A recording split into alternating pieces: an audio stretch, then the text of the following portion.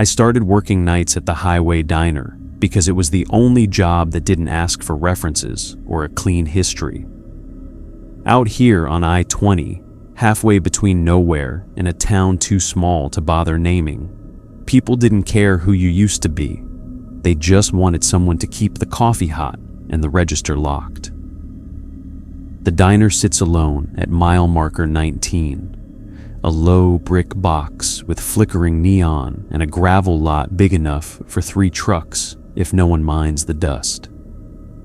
At night, it glows like a lantern in a field, surrounded by miles of nothing but wind and the sound of semis cutting through the dark. Rosie was already there when I started. Short, sturdy woman in her 50s, with her hair tied back in a red bandana and a cigarette tucked behind her ear like a pencil. She runs the kitchen, and most of the place, really. She told me the owner lives in Dallas and hasn't shown his face in years. "We keep the lights on, that's all he cares about," she said. "And we don't mess with the rules."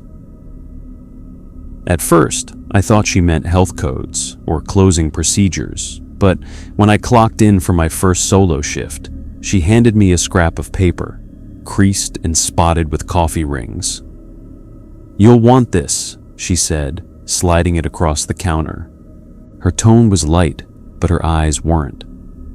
I unfolded it and saw one line scrawled across the top. "Don't serve anyone who orders the special." "That's it?" I asked. "For now," she said, checking the fryer. "There's more, but you don't need to worry unless you're staying late." I laughed, thinking she was teasing. But something about the way she didn't smile afterward made me put the note in my pocket anyway. The night began quiet. It usually does. A couple of truckers came through before midnight, their faces lined with exhaustion and dust. I poured them coffee, the kind that tastes burnt even when it's fresh, and listened to them talk about weather and fuel prices and the miles still ahead. When they left, their taillights vanished into the dark faster than I expected, swallowed whole by the road. After that, it was just me and the hum of the lights. The diner's sound changes after midnight.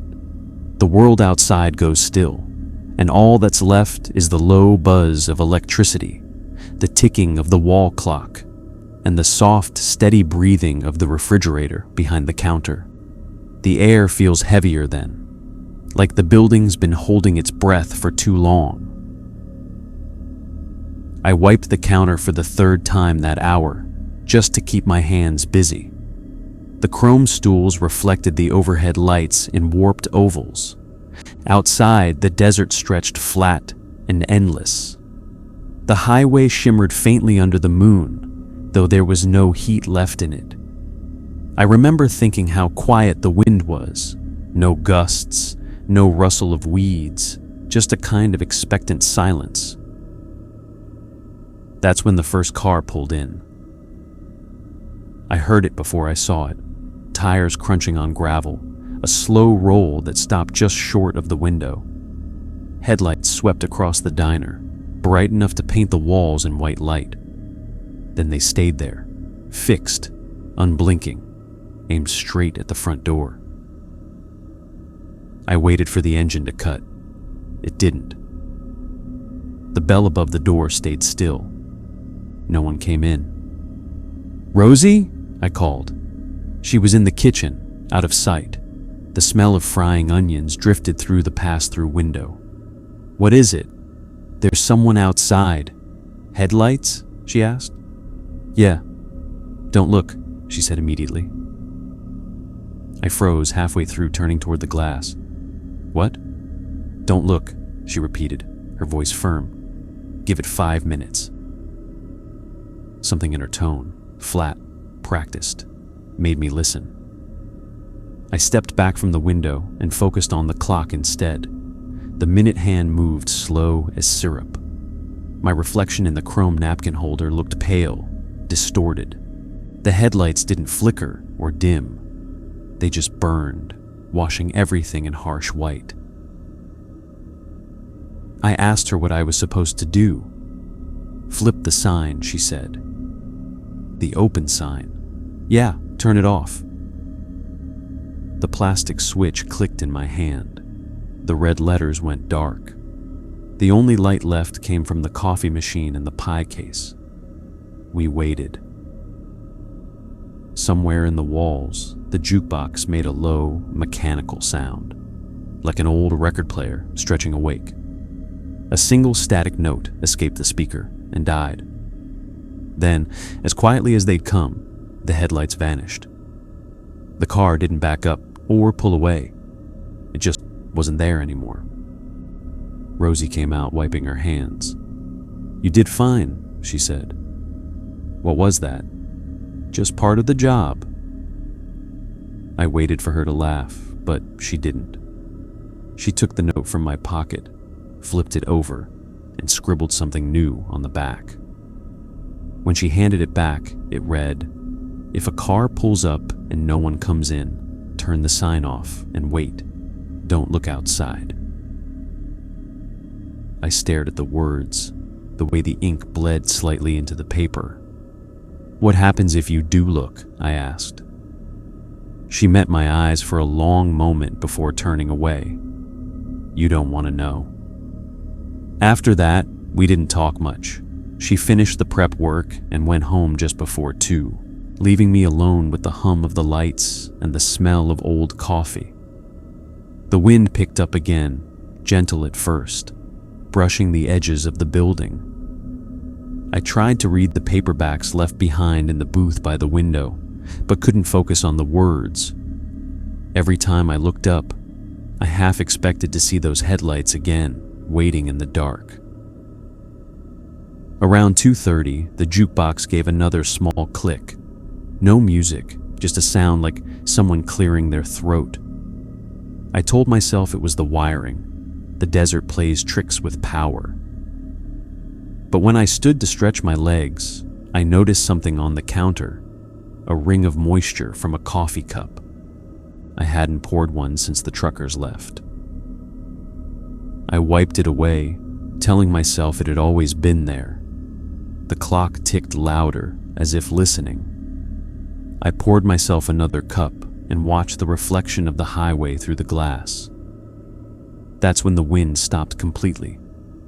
The neon outside buzzed once, and the bell over the door gave a single soft jingle, though it hadn't moved. I looked up, heart thudding, just as the jukebox clicked again. One low note, a hum that didn't belong to any song. The air felt thick, almost wet. And then, from the corner of my eye, I saw the shape of someone standing just outside the window, still, facing in, washed in the faint red light of the sign. I didn't move. I didn't breathe. Somewhere behind me, the coffee machine hissed. The figure turned its head toward the door, as if listening for something, then vanished into the darkness beyond the parking lot. I reached into my pocket, felt the soft fold of paper there, and ran my thumb over the new line Rosie had written. I thought about adding another note of my own beneath it. "Keep your eyes down. The road looks back." The next night, the desert felt heavier somehow. The air didn't move. Even the bugs that usually danced around the neon stayed gone, like they knew better. Rosie was already there when I came in, sitting in the booth by the window with a cigarette she never seemed to light. She watched the highway the whole time I was clocking in. When I asked if everything was okay, she said, "The road's been quiet too long. It doesn't like quiet." Then she stood up, patted the counter, and said, "If the jukebox plays tonight, you don't serve the next one through that door. Promise me." I asked what she meant, but she didn't answer. She only smiled that tired, uneven smile and went back to the kitchen. The first couple of hours went by slow. I wiped the counter more times than necessary, refilled the coffee pot, counted the change drawer twice. Around 1:30, I poured myself a cup and leaned against the window. The desert looked endless, a black sheet that swallowed the horizon. Every now and then, the wind rolled through, carrying that dry, electric smell that meant a storm was somewhere far away, moving along the edge of the world. Then the headlights appeared. They came from the west, cutting through the dark, small at first, then bright enough to throw my reflection across the glass. I set my cup down and waited for the car to pass, but it slowed instead, turning off the highway and crunching up the gravel drive. I glanced toward the kitchen, where Rosie was humming faintly, some old tune that might have been country once, but had lost all its melody. I wanted to tell her someone was coming in, but the bell over the door rang before I could. The man who entered looked ordinary enough, maybe 40, clean jacket, hands shoved into his pockets. He moved like he'd been walking for hours, but wasn't tired. His hair was short, his face a little too pale for someone who'd been driving through desert all night. He nodded when he saw me, then took a seat at the counter. "Evening," I said, keeping my voice light. "Coffee?" He nodded once. "Please." The word sounded strange, like he was remembering it from somewhere. I poured him a cup, set it down, and he smiled politely. His teeth were straight and white, but there was something off about the way his lips stayed parted a little too long, like he'd forgotten how far a smile was supposed to go. "Long drive?" I asked. "Yeah," he said. "Long." He took a sip. "This place open all night?" "Yeah, always," I said. He nodded again. "Good. Some places shouldn't close." I didn't know what to say to that, so I just nodded. The jukebox gave a tiny mechanical twitch behind me. My stomach dropped. The sound was soft, just a click of metal, a shuffle of gears. But it was the same sound from the night before. I glanced over my shoulder. The lights on it blinked once, then went still. "You got a menu?" he asked. I handed him one, paper greasy from years of hands. He looked it over slowly, his eyes moving too precisely, like he was memorizing every word. After a moment, he set it down. "I'll have the special." I froze. The words weren't loud, but they hung in the air like a dropped knife. I could feel the diner go still around us, the hum of the lights, the hiss of the fryer. Even Rosie's humming stopped. I swallowed hard. "Sorry, man, we, don't make that anymore." He tilted his head slightly. "Sure you do." His voice changed a little then, not louder, but fuller, like it came from more than one place at once. I took a step back. From the kitchen doorway, Rosie's voice came low and sharp. "Jesse, ring the bell. Twice." I looked toward her. She was standing perfectly still, her hand gripping the frame so tightly her knuckles were white. "Now," she said. I hit the service bell once. The sound echoed in the empty room, high and metallic. I hit it again. When I turned back, the man was gone. His coffee cup sat exactly where he'd left it, steam still curling up in thin white threads. My reflection in the chrome napkin holder looked sickly pale. Rosie came out slowly, towel in hand. She didn't look surprised, just tired. She picked up the coffee cup, sniffed it, then poured it into the sink. The smell hit me a second later.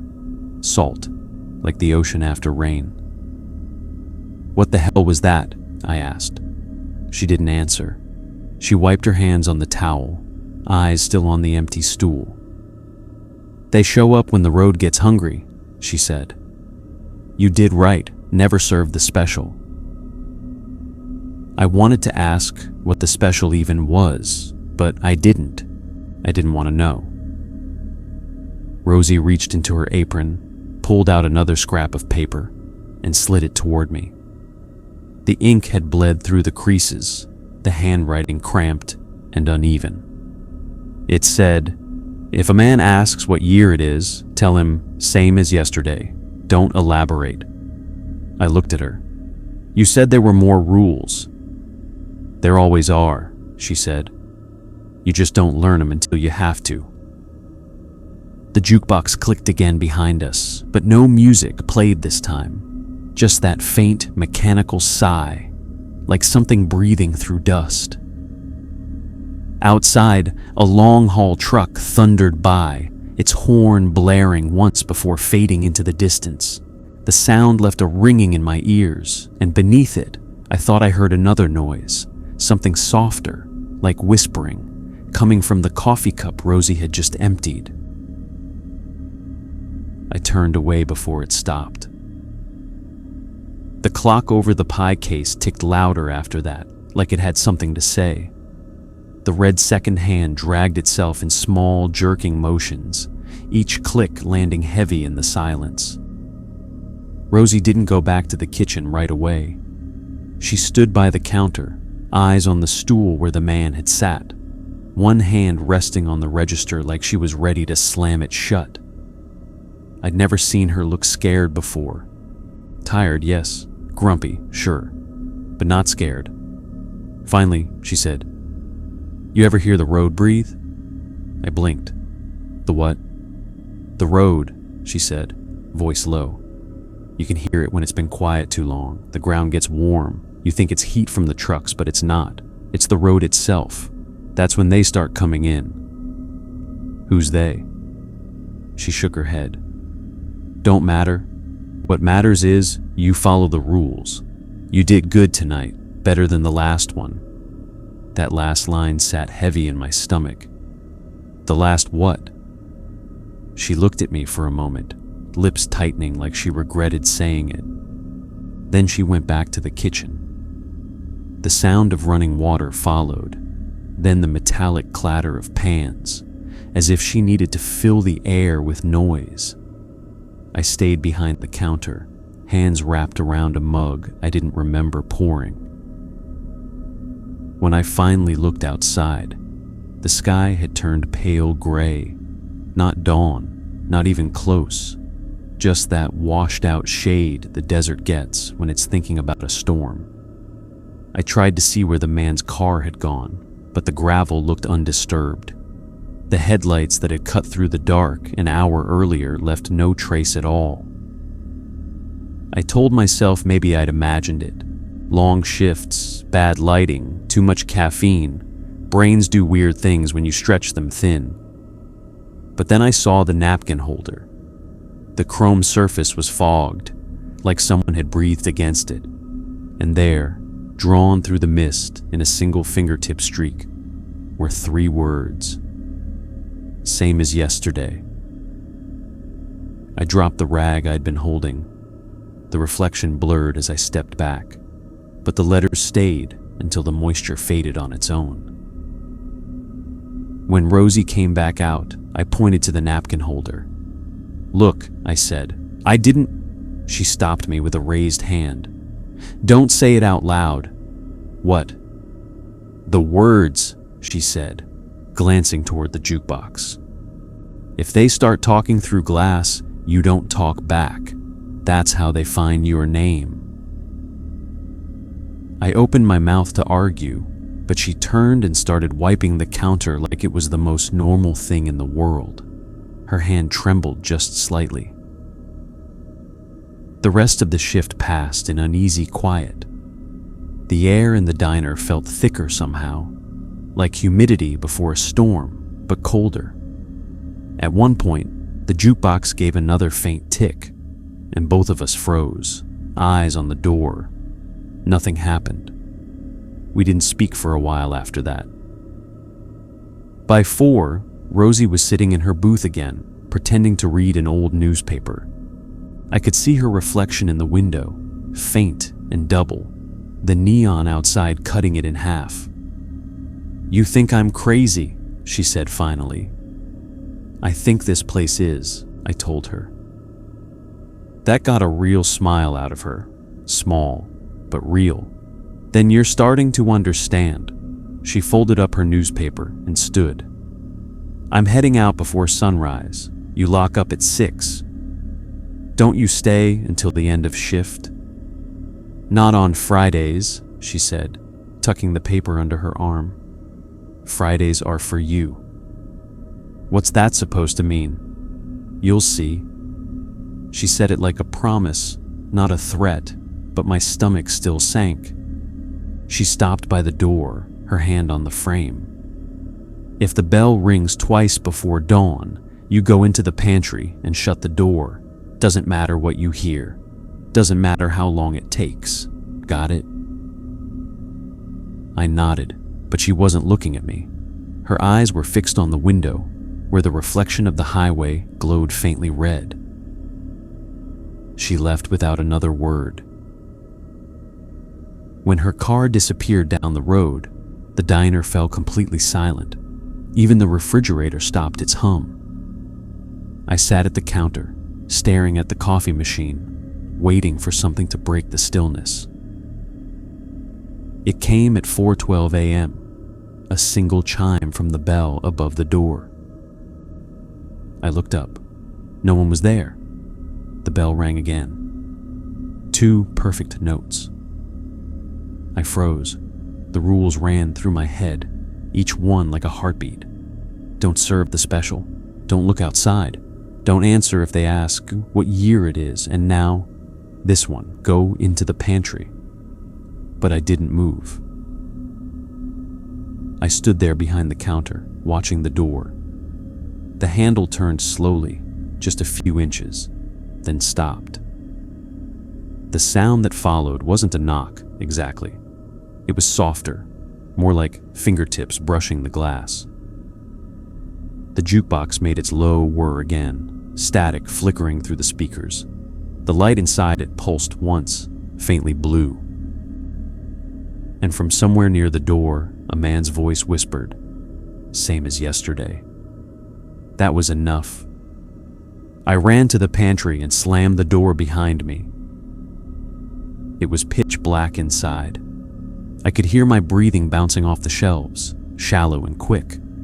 Outside, the bell rang again, twice, slow, deliberate, then silence.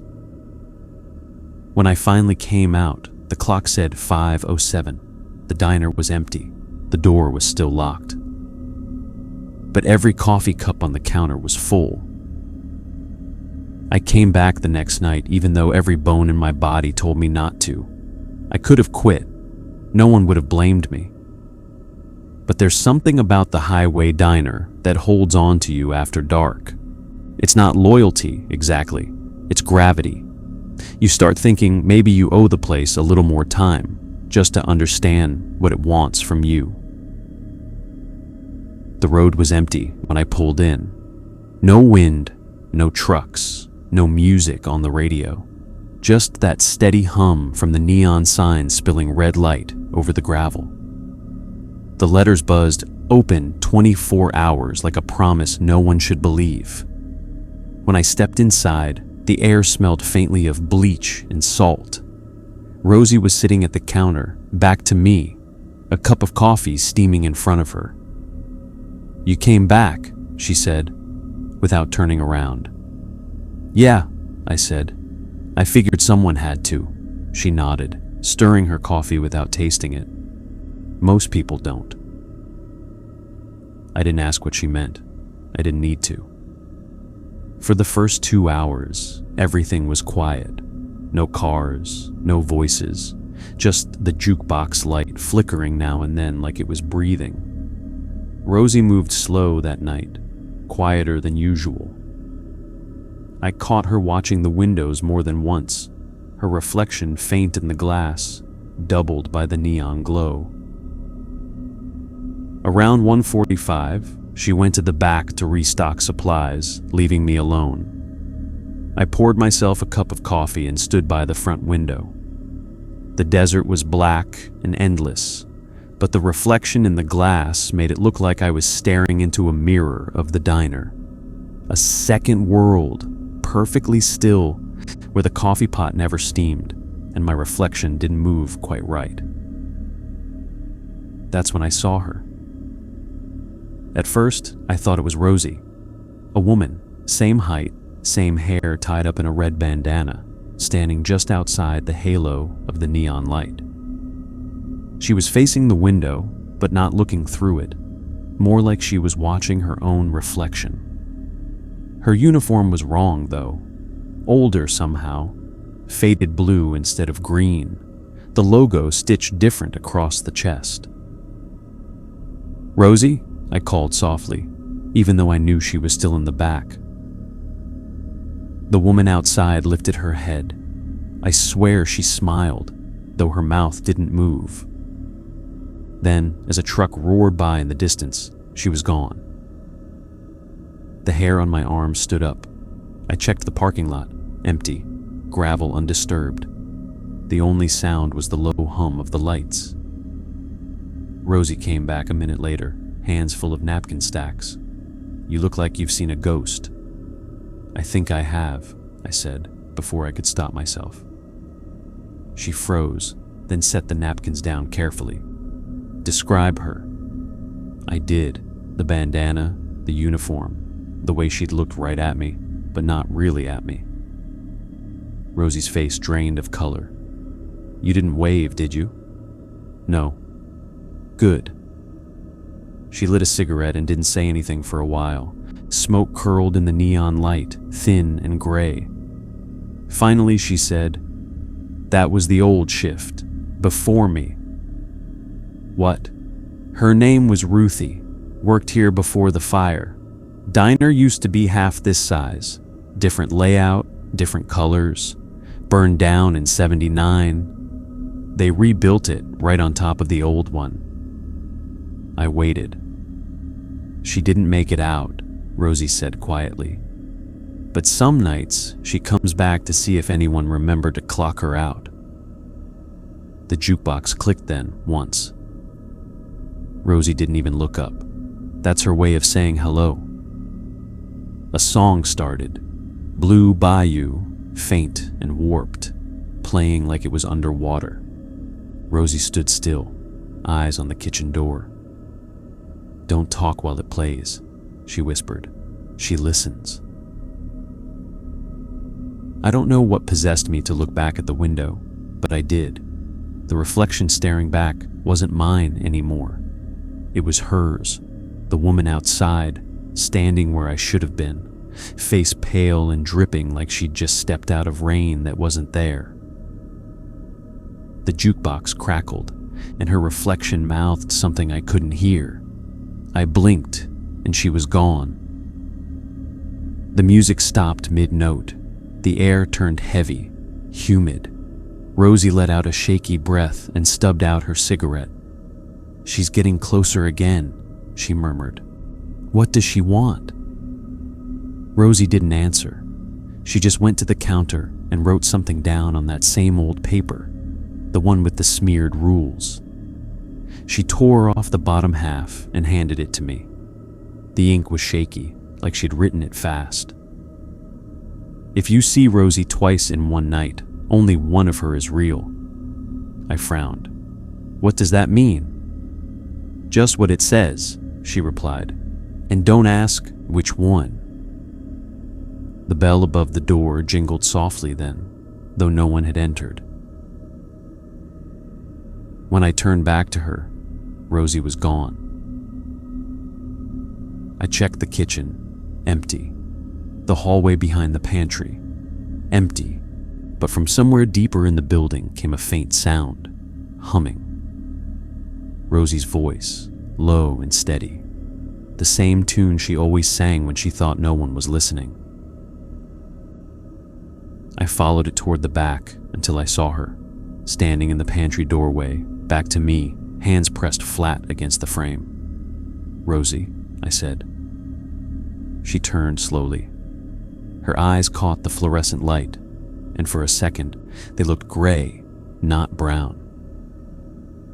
Then I heard another voice behind me, the same voice, whispering softly, "Jesse, don't talk to her." I turned back toward the counter. Rosie was standing there.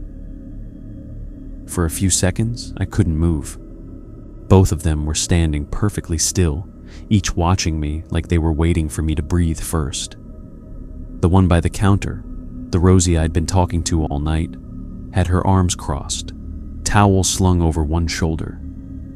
The other, the one in the pantry doorway, looked identical, except her clothes were dry and too clean, and the air around her shimmered faintly like heat rising off asphalt. "Jesse," the one near the counter said quietly, "don't turn around again." My throat was dry. "Which one are you?" She smiled just slightly. "You already know." I didn't. I wanted to believe I did, but the light from the overhead fluorescents made both their faces seem wrong, waxy and pale. I could hear my heartbeat thudding in my ears.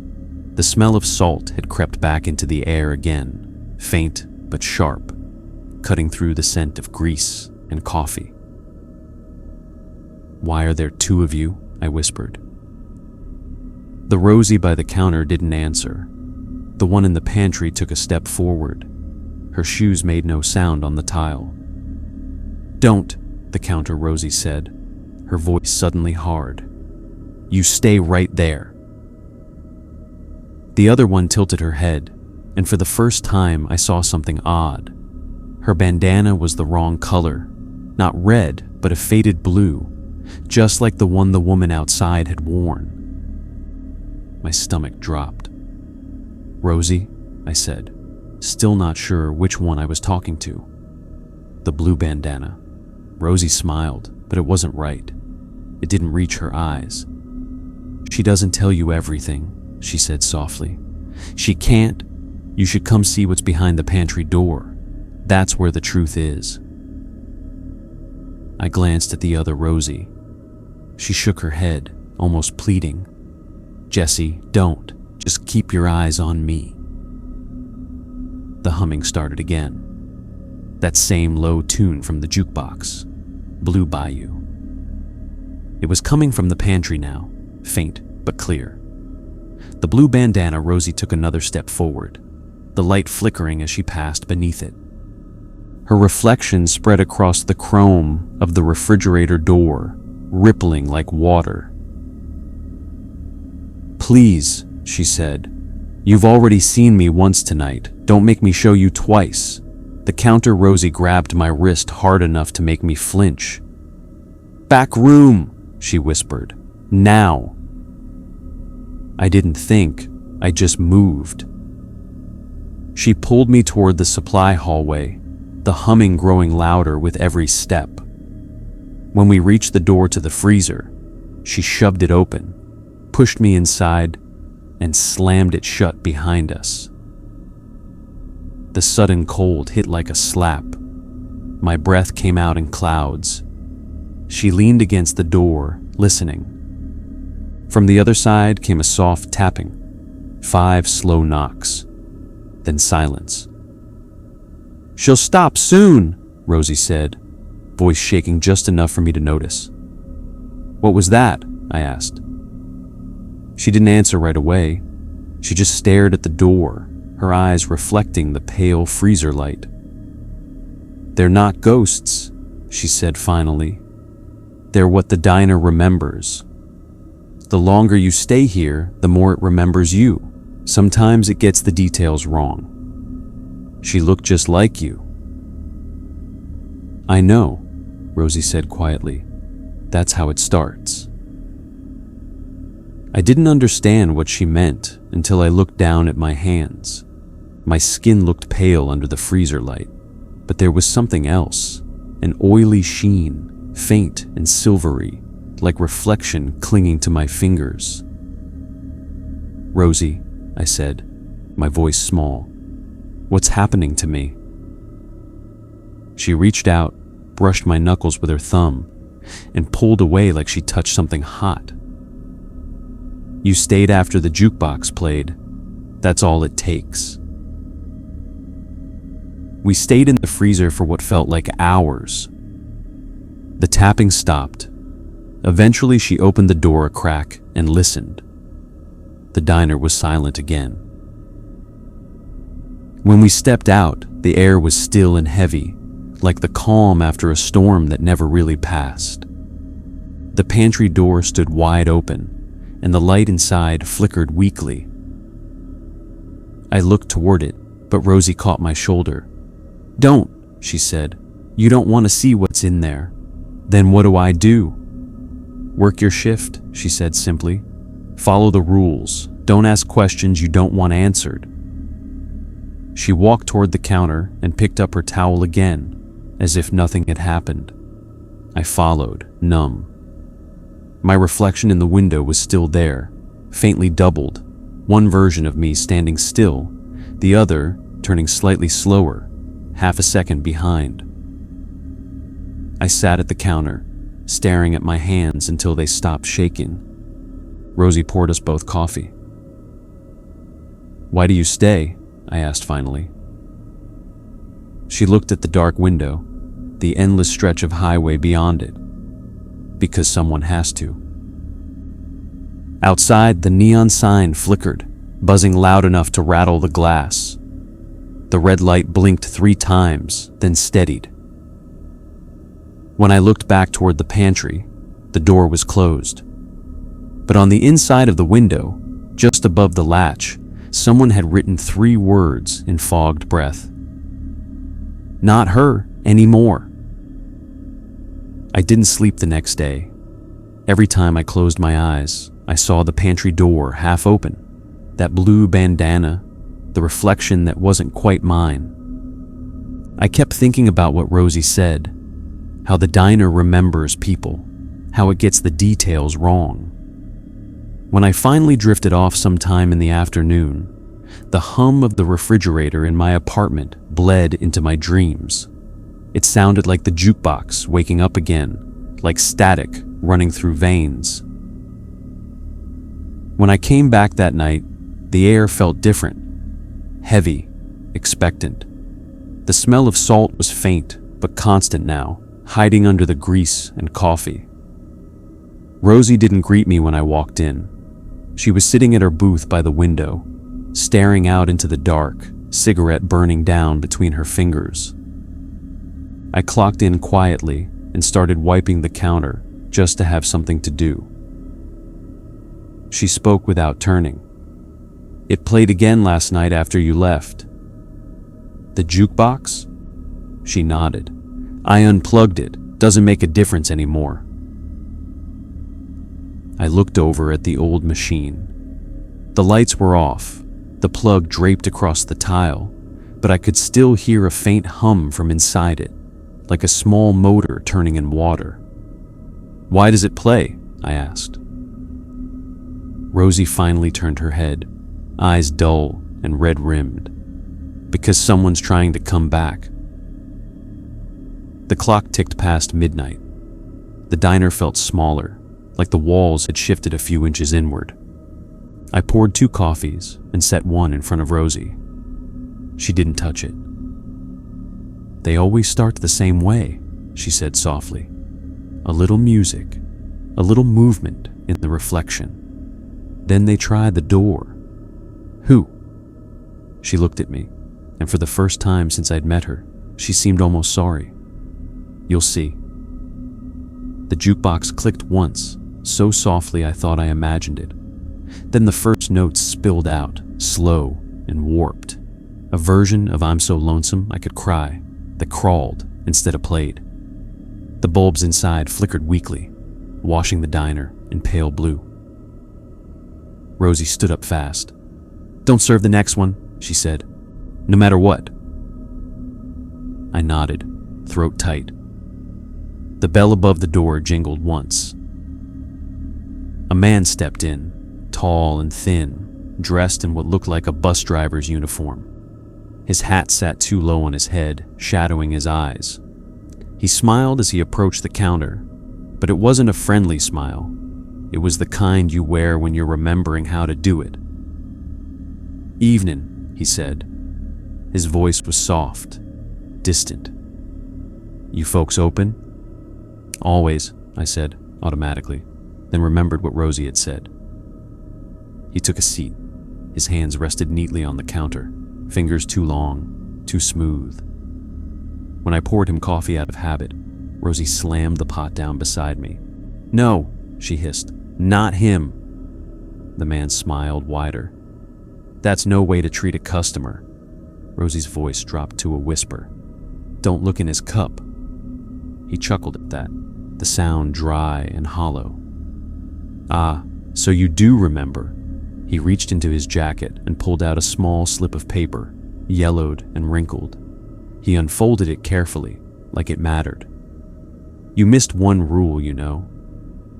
Rosie didn't answer. The man slid the paper toward me. My name was written on it in thin, slanted handwriting. Beneath it was a single line: "If you see yourself in someone else's reflection, turn off the lights." I stared at it. "What the hell does that mean?" The man tilted his head. "It means you're already halfway here." Rosie reached across the counter and snatched the paper from me, shoving it into her apron. "Get out," she said. He didn't move. He sipped from his cup, even though the coffee inside hadn't come from our pot. I could smell it, cold and metallic, like blood left too long in the sun. "You're new," he said, looking at me. "The road remembers new things best." Rosie grabbed the service bell and rang it twice. The sound cracked through the air. The man's smile faded. He stood slowly, his movements too smooth, and tipped his hat toward her. "Still following the rules," he murmured. "Good girl." Then he walked out, the bell over the door giving two faint jingles as it shut. For a long time, neither of us spoke. The jukebox wound down, the song slowing until it stopped mid-note. Rosie finally said, "That one was the driver. He used to bring people here after the bus stopped running." "Running from what?" She stared at the dark window. "Not from, to." Outside, a long shape moved across the highway, lights faint, no engine sound. It looked like a bus, but the windows were black, the glass too smooth to reflect anything. Rosie sighed and pulled a new slip of paper from her apron, her handwriting shaky. She slid it across to me. "At 4:44 a.m., a bus will drive by without stopping. Don't wave." I folded it carefully and put it in my pocket with the others. My hands smelled faintly of salt again. When I looked back toward the window, my reflection was gone, but Rosie's was still there. And in the glass beside hers, a man in a bus driver's hat smiled. The next night, I almost didn't go in. I sat in my truck by the side of the road for a long time, staring at the diner's neon sign flickering in the distance. The letters glowed red against the black sky. Open 24 hours, but one of the tubes had burned out, so it just read OE24HOUS, a sign with holes in its name. I told myself to drive home, to quit, to forget about the coffee cups that filled themselves and the man who smelled like rust and salt. But my hands turned the wheel toward the gravel lot anyway. It was like the road was tugging me back by the spine. When I walked in, Rosie was already behind the counter, frying bacon that no one had ordered. The smell was thick and real, comforting in a way that made my chest ache. "You shouldn't be here," she said without looking up. "I could say the same to you," I said. She smiled, tired. "You haven't seen the bus yet, have you?" I shook my head. "No, but I read the note." She flipped the bacon. The grease hissed like whispers under a closed door. "Then you already know what not to do." "What happens if I do?" I asked. "You wave," she said simply, and the bus waves back. She slid me a cup of coffee, black as oil. "After that, you don't get to stop working here." That should have made me laugh, but I didn't, because I think we both knew she wasn't joking. The clock ticked slow. The diner was empty except for the two of us. The jukebox was dark. Even the hum of the sign outside sounded softer, like it was holding its breath. At 4:30, Rosie turned off the fryer and wiped her hands on her apron. "Go sit by the window," she said. "Why?" "Because you'll want to see it once. Everyone does." I sat in the booth closest to the glass. The desert stretched black in every direction. Somewhere out there, a coyote called once and went quiet. I could see my reflection in the window, pale, tired, eyes too big in the dark. Rosie sat across from me, her face calm but pale in the red light. 4:41, the hum started. It wasn't a sound, exactly. More like vibration through the air, a low frequency that made the glass tremble in its frame. Rosie's coffee cup rattled softly on the table. 4:43. Headlights bloomed far down the highway, two white eyes cutting through the dark. "Is that it?" I whispered. She nodded. "Don't move." The bus approached soundlessly. No engine noise, no gravel crunch, just motion. The closer it got, the more wrong it looked. Too long, its windows too small, its paint an odd gray that reflected nothing. As it neared, I could see shapes in the windows. People, or things shaped like people, sitting perfectly still. The diner lights flickered once. 4:44. The bus passed by, slow. Its windows fogged from the inside, like the passengers were breathing too much or too long. Faces pressed against the glass, blank, colorless, their eyes hollow and wet. One of them looked just like the man who'd ordered the special. Another looked like me. My stomach turned to ice. I looked down without meaning to, hands gripping the table so tight my knuckles went white. Rosie whispered, "Don't wave." I didn't, but I did look. I shouldn't have. Because the bus had stopped. It didn't pull into the lot. It just stood still on the highway, its headlights flooding the diner with colorless light. Inside, the faces turned as one, all toward the window where I sat. Then, slowly, the door in the middle of the bus opened with a sound like a deep exhale. Rosie's hand shot out, gripping my wrist. "Stay seated," she said. Her voice was low and calm, but full of something close to fear. The air smelled of brine now, thick and heavy. The sign outside flickered twice, then went dark. The light from the bus was the only thing left. A figure stepped out. He was tall, wearing the same uniform as the driver from before. His skin looked gray under the headlights, and when he moved, it wasn't walking. It was more like being pulled forward by something behind him. He stopped at the edge of the gravel lot and raised his hand slowly, palm outward, as though greeting an old friend. Rosie whispered, "Don't move." But I couldn't help it. My reflection in the glass moved first, raising its hand, slowly, in a mirror of his. "No," Rosie hissed, slamming her palm against the table. "Don't let it finish." The man in the lot smiled, and in the reflection, I smiled back. Rosie grabbed the back of my head and shoved it down onto the table. The lights in the diner exploded in white, and for a moment, I saw everything. The bus, the passengers, the road stretching on forever like a vein. And beneath it, something vast and breathing. When I looked up again, the bus was gone. The clock read 4:45. The neon sign hummed faintly back to life, though one of the letters was missing now. Rosie sat across from me, shaking slightly, her eyes red and wet. "You waved," she said. "I didn't mean to." "I know," she said. "It never is." She reached into her apron and pulled out another piece of paper, handing it to me with trembling fingers. The writing was faint this time, like it had been written years ago. "No one stays past sunrise. If someone tries, let them. Don't open the door again." I looked at the clock.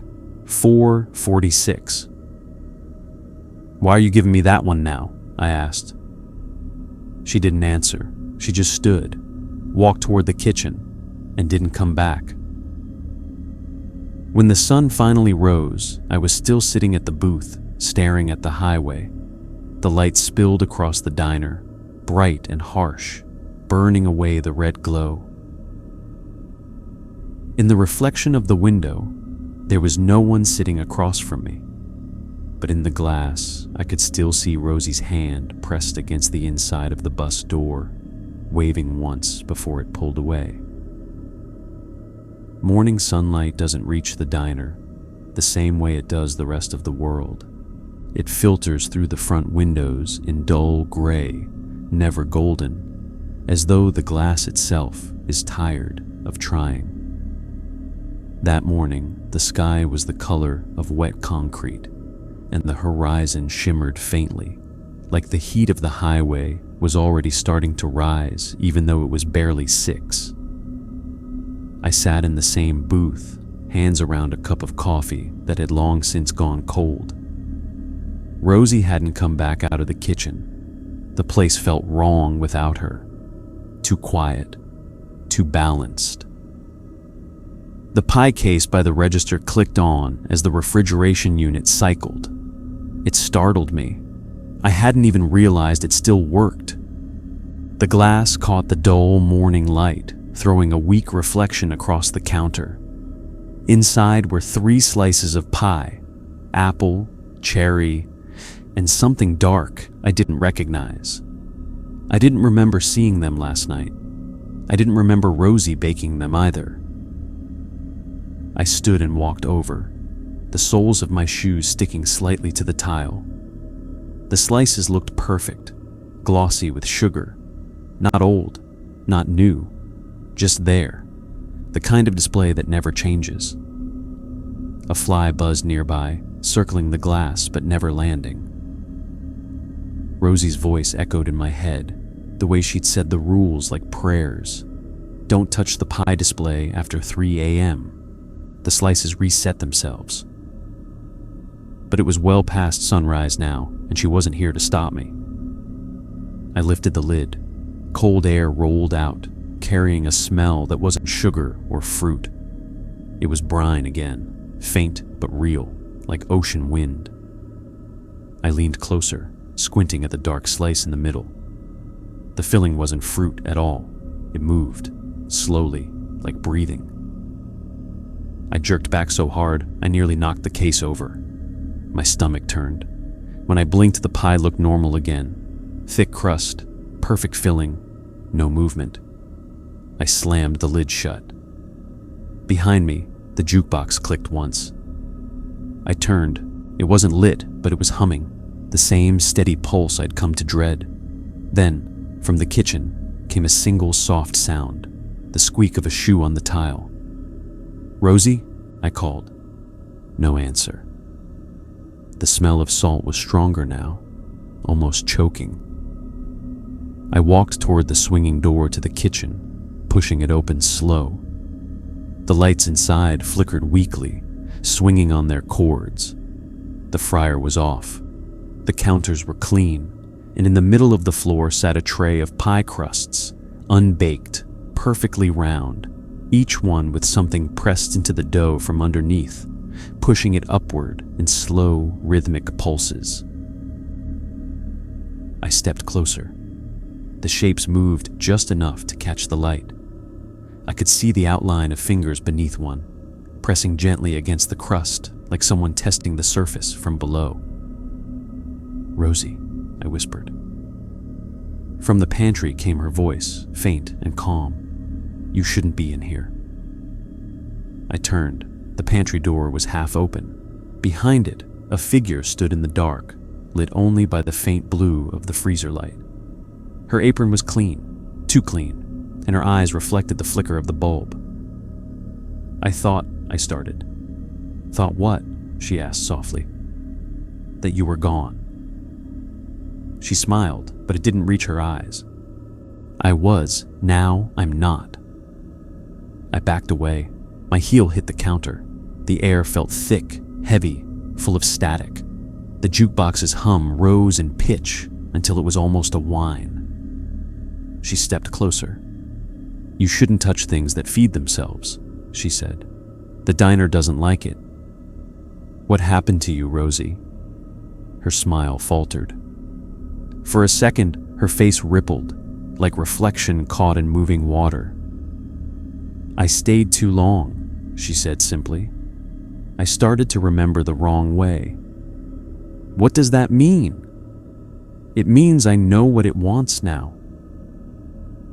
She raised a hand and pointed to the pie case. I turned to look. The glass was fogged over from the inside, but through it I could see the 3 slices, each one now perfect again, steam rising faintly from the crust. The dark one pulsed once, a slow heartbeat beneath the surface. I looked back, but Rosie was gone. The humming stopped. The silence that followed was so complete, it made my ears ring. I walked back to the counter, forcing my legs to move. The rules in my pocket felt heavy, like stones. I unfolded the paper. Most of the ink had smudged, but one line still stood clear. "No one stays past sunrise." It was well after dawn now. I looked out the window. The sky was pale blue, empty. No cars, no people. The highway shimmered, endless.